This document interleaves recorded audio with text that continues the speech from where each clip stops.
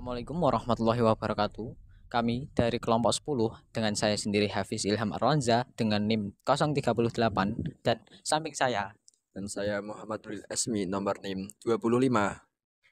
kami akan menyampaikan materi tentang pemikiran ekonomi Islam kontemporer menurut Muhammad Bakir As-Sadr dan Muhammad Abdul Manan. Sebelum ke materi pembahasan, mari kita perkenalan dulu dengan Muhammad Bakir As-Sadr.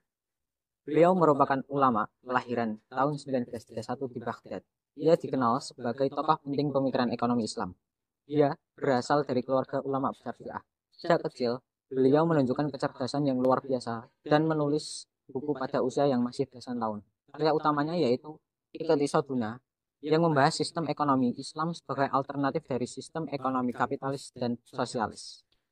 Dalam pandangan Muhammad Bakir As-Sadr, ekonomi Islam bukan hanya sekedar ilmu teknis biasa, melainkan sebuah doktrin yang berdasarkan syariat dan keadilan. Ia menolak teori ekonomi barat yang menyebut sumber daya yang terbatas. Karena menurut Islam, sumber daya bila dikelola dengan adil, maka sumber daya tersebut cukup untuk semua orang. Ekonomi Islam menurut Bakir As-Sadr merupakan sistem hidup yang mengatur distribusi dan penggunaan harta sesuai nilai Islam. Tujuan utamanya adalah kesejahteraan dan bukan untuk kepentingan pribadi. Bakir membagi kepemilikan menjadi dua, yaitu kepemilikan pribadi dan kepemilikan bersama, seperti jalan tol, rumah sakit, ataupun tanah milik negara.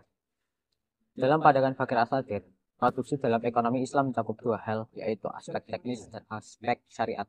Aspek teknis yaitu bagaimana barang atau jasa itu dihasilkan. Ini menyangkut alat, bahan, tenaga kerja, dan proses produksi secara umum. Yang kedua yaitu aspek syariat, yaitu memastikan bahwa proses produksi sesuai dengan hukum Islam. Artinya, barang yang diproduksi harus halal, tidak merugikan masyarakat, dan membawa manfaat. Untuk teori distribusi, Muhammad Bakir As-Sadr juga membagi teori tersebut menjadi dua bagian, yaitu distribusi sebelum produksi dan distribusi setelah produksi. Distribusi sebelum produksi memiliki kaitan dengan sumber daya alam seperti tanah, air, dan bahan tambang. Muhammad Bakir As-Sadr menekankan bahwa sumber daya tersebut harus dibagi secara adil dan merata dan tidak dimiliki hanya segelintir orang. Kepemilikan atas sumber daya harus bermanfaat untuk banyak orang, bukan hanya segelintir pihak. Distribusi setelah produksi. Menurut Bakir As-Sadr, pekerja yang ikut memproduksi memiliki hak atas hasil kerja mereka, bukan hanya pemilik modal seperti dalam sistem kapitalis. Bakir As-Sadr menolak sistem yang hanya menguntungkan orang kaya karena itu tidak adil. Selain itu, Bakir juga menekankan bahwa distribusi kekayaan harus memperhatikan kebutuhan orang-orang miskin. Negara wajib hadir dan aktif dalam memastikan keadilan sosial. Salah satunya melalui zakat, infak, dan kebijakan ekonomi yang berpihak kepada masyarakat yang lemah. Terima kasih. Sebelum ke pemikirannya Abdul Manan, kita harus tahu dulu biografi singkat dari beliau. Muhammad Abdul Manan lahir di Bangladesh pada tahun 1918. Ia menempuh pendidikan tinggi di bidang ekonomi, kemudian melanjutkan studinya ke Michigan State University di Amerika Serikat untuk program MA dan doktoralnya di bidang industri dan juga keuangan. Ia juga aktif sebagai profesor tamu di Muslim Institute London dan Universitas Georgetown sebelum akhirnya bergabung dengan Islamic Development Bank. Manan mendefinisikan ekonomi Islam sebagai ilmu sosial yang berlandaskan nilai-nilai Islam dan bertujuan menyelesaikan masalah ekonomi masyarakat. Ia menolak teori harmoni kepentingan pasar ala Adam Smith karena menurutnya manusia punya naluri untuk menindas sehingga dibutuhkan intervensi pasar. Ia juga mengkritik teorinya Marx karena tidak memperhatikan nilai moral manusia. Maka ia menawarkan ekonomi Islam sebagai sistem yang lebih manusiawi karena mengintegrasikan antara wahyu dan juga moralitas.